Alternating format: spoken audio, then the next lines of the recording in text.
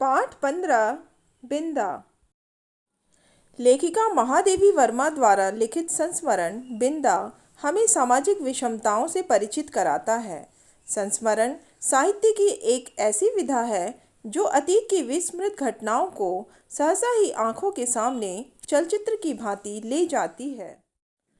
प्रस्तुत पाठ में लेखिका ने बचपन की अपनी एक सहेली बिंदा के जीवन की विषमताओं को स्पष्ट रूप से उकेरा है।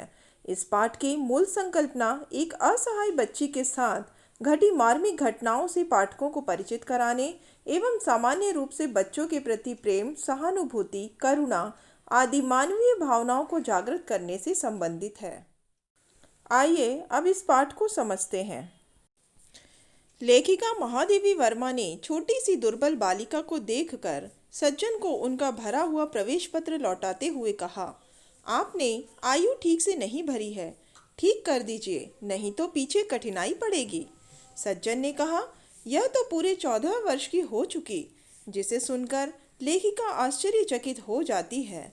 सज्जन द्वारा पुनः कहने पर कि मेरी दूसरी पत्नी है और आप तो जानती ही होंगी।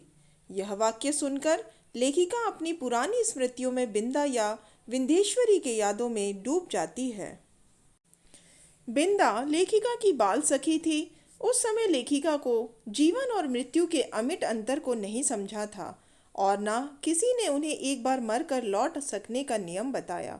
ऐसी दशा में छोटे छोटे बच्चों को छोड़कर मर जाने वाली माँ की कल्पना वह कैसे कर सकती थी। लेखिका अपनी अज्ञानावस्था की कुछ सुखद घटनाओं को बताती है, जिसमें माँ का अपने बच्चों के प्रति असीम प्यार झलकता है। सीढ़ियों के नीचे सफ़ेद कुतिया का अपने बच्चों के प्रति सतर्कता, भूरी पूसी का अपने चूहे जैसे निसहाय बच्चों को पैने दांतों में दबा कर लाना ले जाना, कबूतर व गौरैया द्वारा अपने बच्चों को दाना खिलाना, श्यामा गाय का अपनी बछिया के लिए रंभाना और भिखारिन का द्वार द्वार जाकर बच्चों के लिए कुछ मांगना, ये सभी महत्वपूर्ण कर्तव्य एक माँ ही तो निभाती है। लेखिका कहती हैं कि बिंदा की भी तो माँ थी, जिन्हें वो पंडिताइन चाची कहती थी और बिंदा नई अम्मा कहती थी। बिंदा की नई अम्मा हमेशा सज ढज कर चारपाई पर बैठी रहती थी, किंतु उनका व्यवहार विचित्र सा जान पड़ता था। सर्दी के दिनों में जब हमें धूप निकलने पर जगाया जाता था, गर्म पानी से हाथ मुंह धुलाकर मोजे जूते और ऊनी कपड़ों से सजाया जाता था और दूध पिलाया जाता था, तब पड़ोस से पंडिताइन चाची बिंदा को कठोर शब्दों से चिल्लाती रहती थी। बिंदा घर के सभी कार्य करती थी, कभी झाड़ू देना, कभी आग जलाना, कभी आंगन के नल से पानी लाना, कभी अम्मा को दूध का कटोरा देना। लेखिका को ये सभी कार्य असंभव से लगते थे, क्योंकि उसने ये सभी कार्य कभी किए ही नहीं थे। बिंदा द्वारा काम में देर होने पर पंडित जी द्वारा भी डांट मिल जाती थी और पंडिताइन चाची का स्वर तो गूंजने लगता था। लेखिका बिंदा की दयनीय स्थिति को देखकर अपनी माँ से पूछती है, क्या पंडिताइन चाची तुम्हारी तरह नहीं है?